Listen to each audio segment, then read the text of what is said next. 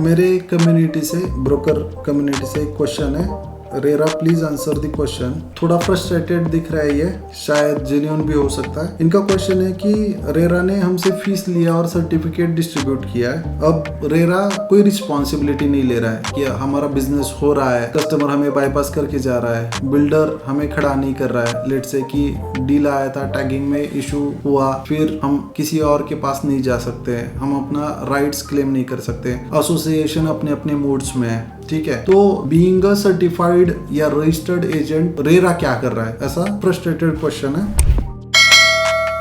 Being a RERA trainer मैं इसको support भी करता हूँ, क्योंकि आज भी बहुत सारे लूपहोल्स सिस्टम में है, प्रोसेस में है, जो कस्टमर एडवांटेज ले रहा है। मतलब लेट से कि इस ट्रांजेक्शन में कौन कौन इन्वॉल्व है। बिल्डर है, उसको पैसा या बैंक लोन से जब भी डिसबर्समेंट मिलता है, वो आने के बाद ही वो काम करता है या हैंड ओवर करता है, पोजीशन देता है। सेकेंड कस्टमर, उसको अगर फ्लैट का पोजीशन नहीं मिला है, डिले हो रहा है, कुछ प्रॉब्लम आया, he can go to RERA, और रेरा प्रायोरिटी बेसिस पे कस्टमर को हेल्प करने के लिए अवेलेबल है। जो सीए है, उसका प्रोफेशनल फी वो चार्ज करता है। जो लॉयर है, एग्रीमेंट होने से पहले उसका लीगल फी चार्ज करता है। अब जो ब्रोकर है, जो इस ट्रांजेक्शन का पार्ट था, किसी XYZ ट्रांजेक्शन का, उसने हेल्प किया, प्रेजेंटेशन दिया पर्टिकुलर प्रोजेक्ट का, कस्टमर को पसंद भी आया, कस्टमर फिर जाके उसको बाईपास करने की कोशिश करता है। सेकेंड, अगर बाईपास करने की कोशिश भी नहीं की, लेट से कि वो ट्रांजेक्शन हो भी गया, तो उसको ट्रैक करने का कोई एक्सेस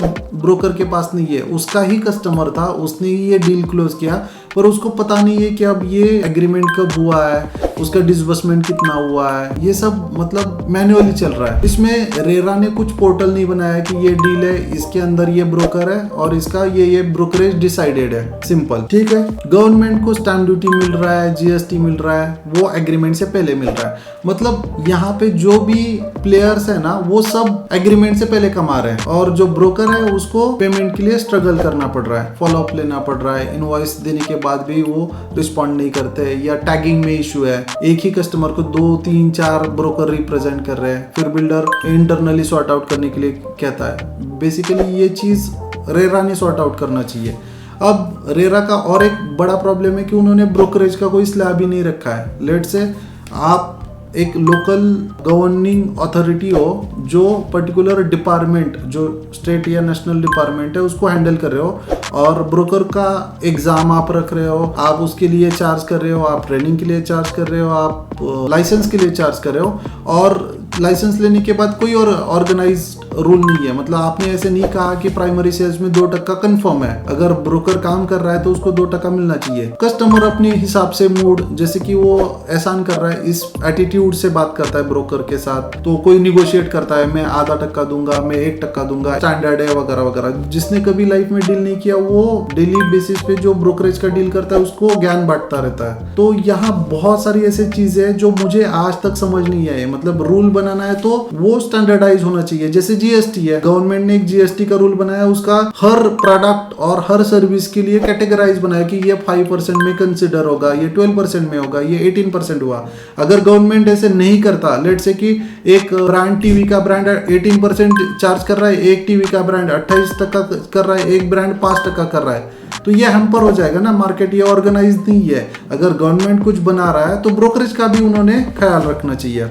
अब जो ब्रोकर दिन रात मेहनत कर रहा है, लोगों को उसका 2% दिखता है या वो अमाउंट दिखता है, उसके पीछे उसने लिए हुए एफर्ट्स, जो बारिश है, बारिश में वो काम कर रहा है, धूप में काम कर रहा है, उसकी भी फैमिली है, वो इमोशन वहां पे नहीं है। अगर कस्टमर को कुछ तकलीफ हुआ तो वो कंप्लेंट करेगा, तो न्यूज में वगैरह आता है। ब्रोकर को कुछ तकलीफ हुआ तो वो न्यूज में नहीं आता है, या अभी तक मैंने मीडिया को ब्रोकर को सपोर्ट करते हुए नहीं देखा है। ऐसे देखा है दलाल है, सलाह, इसको तो हटाना चाहिए प्रोसेस से। फिर आप रजिस्ट्रेशन क्यों कर रहे हो, उसको प्रोफेशनल डिग्री या सर्टिफिकेट क्यों दे रहे हो। If you are conducting exam, pass होने पे उसको एक स्टेटस मिल रहा है, प्रोफेशनल दर्जा मिल रहा है, और आप इनिशिएटिव नहीं ले रहे हो कि ब्रोकर को एक स्टेटस मेंटेन करना चाहिए, लाइक लोगों ने उनको बाईपास करना नहीं चाहिए, या बिल्डर ने वो कंपलसरी करना चाहिए। ऐसा रूल्स रेगुलेशन सरकार ही बना सकता है, मतलब रेरा बॉडी ही बना सकता है। अदरवाइज ये मूडी काम हो जाएगा। मतलब ये सिर्फ दिखाने का कागज पे रेरा रजिस्टर्ड ब्रोकर है और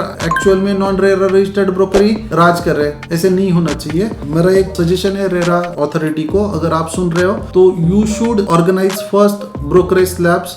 हाँ, एक बेसिक है नॉमिनल 2%, 3%, 5% व्हाटसोएवर। आप एक रूल बनाइए कि इसके नीचे नहीं आएगा, कोई निगोशिएट नहीं करेगा। रेंटल के लिए अलग से बनाओ, रिसेल के लिए अलग से बनाओ, किससे चार्ज करना है किसे नहीं करना है। प्राइमरी में थोड़ा क्लैरिटी दीजिए, मार्केट को समझ आना चाहिए। आज प्राइमरी मार्केट में कुछ ब्रोकर्स है वो 2% लेते हैं कस्टमर से भी, और जो लोग रिसेल में कर रहे हैं वो भी 1% पे काम कर रहे हैं। प्रॉपर्टी ओनर रिजेक्ट करता है, रिफ्यूज करता है कि नहीं मैं नहीं दूंगा, कस्टमर से लीजिए, 2 महीने का लीजिए रेंटल ब्रोकरेज। ऐसे नहीं होना चाहिए ना। अगर property particular rental income owner enjoy करने वाला है तो उसको भी वो प्रोफेशनल फी उसने देना चाहिए। And it should be govern by regulated by RERA only. जैसे बिल्डर मान लीजिए एक लेवल पे अभी जो कचरा था मार्केट में वो निकल गया, अब जिनके पास फाइनेंशियल कैपेसिटी है, जो स्टेबल है, वही लोग बिजनेस कर रहे हैं, ठीक है। तो इस तरह से ये ब्रोकरेज में भी जो लोग गलत है उनको निकाल दीजिए। दिक्कत वो नहीं है कि सबको रखना चाहिए।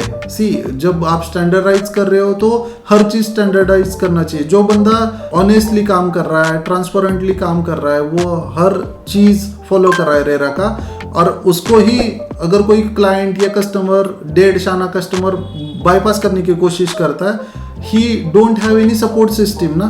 यू शुड प्रोवाइड देम एक ट्रस्ट, कॉन्फिडेंस कि आप ये बिजनेस कीजिए, आपको पैसा मिलेगा। हाँ ठीक है, उसका भी एक स्टैंडर्ड फॉर्मेट होना चाहिए कि आप बिल्डर के साथ काम कर रहे हो तो ब्रोकरेज का एग्रीमेंट साइन कीजिए, वो देना मैंडेटरी कर दीजिए बिल्डर को। अगर कोई चैनल पार्टनर उस प्रोजेक्ट पे काम कर रहा है तो वहां पे साइन करना मैंडेटरी कर दीजिए। अभी नहीं है ना, कुछ बिल्डर्स अपना चैनल पार्टनर एग्रीमेंट साइन कर देते हैं, उसमें 90 दिन का टैट रखते हैं। इंडियन साइकिल 6 महीना 1 साल कोई कस्टमर लगाता है पर्टिकुलर बाइंग साइकिल में, वो 90 दिन में नहीं हुआ और 95 डेज में हुआ लीगली तो ही लूज द डील। ऐसे थोड़ी है किसी के गर्दन पे चक्कू रख के हम लोग बोलेंगे कि नहीं आज मेरा 90 डेज कंप्लीट हो रहा है, आपको आज ही चेक देना पड़ेगा। It should be win win for both, like customer, builder and broker. अगर आपको ये मेरा थॉट प्रोसेस समझ आ रहा है, आई अप्रिशिएट योर सपोर्ट। ये रेरा तक पहुंचना जरूरी है, मैंने अपने लेवल पे ट्राई किया है। एक्सपेक्टेड है कि वो कुछ डिसीजंस जल्द से जल्द लेंगे। अगर आपका कुछ सुझाव रहेगा, सजेशन रहेगा,